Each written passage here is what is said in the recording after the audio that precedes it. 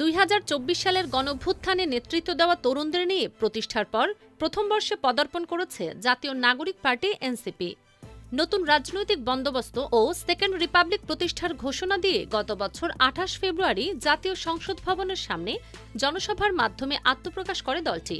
ঘোষণাপত্রে গণপরিষদ নির্বাচনের মাধ্যমে নতুন সংবিধান প্রণয়ন, জাতীয় স্বার্থ সুরক্ষায় শক্তিশালী প্রতিরক্ষা ব্যবস্থা গড়ে তোলা, ভেঙে পড়া রাজনৈতিক, সামাজিক, অর্থনৈতিক ও সাংস্কৃতিক প্রতিষ্ঠান পুনর্গঠন এবং গণতান্ত্রিক রাষ্ট্র ব্যবস্থা প্রতিষ্ঠার কথা বলা হয়।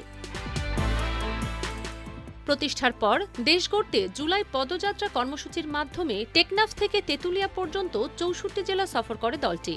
পরবর্তীতে 3 আগস্ট কেন্দ্রীয় শহীদ মিনারে নতুন বাংলাদেশের 24 দফা ইশতেহার ঘোষণা করা হয়, যেখানে রাষ্ট্রীয় প্রতিষ্ঠান সংস্কার, ন্যায়ভিত্তিক বিচার ব্যবস্থা, দুর্নীতি দমন, সেবামুখী প্রশাসন, স্বাধীন গণমাধ্যম ও জনবান্ধব আইনশৃঙ্খলা ব্যবস্থার উপর গুরুত্ব দেওয়া হয়।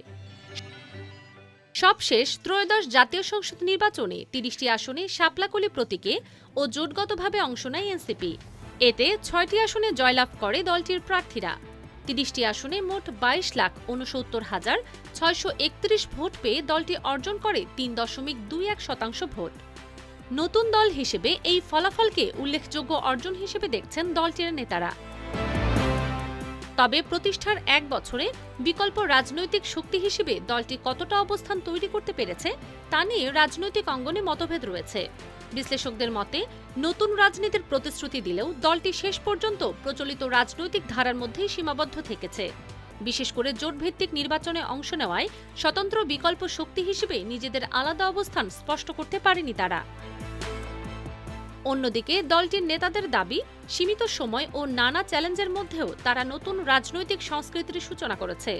সীমিত ব্যয়ে নির্বাচন, ক্রাউড ফান্ডিং ও ভিন্নধর্মী প্রচারণার মাধ্যমে নতুন রাজনৈতিক বার্তা মানুষের কাছে পৌঁছে দিতে পেরেছে দলটি।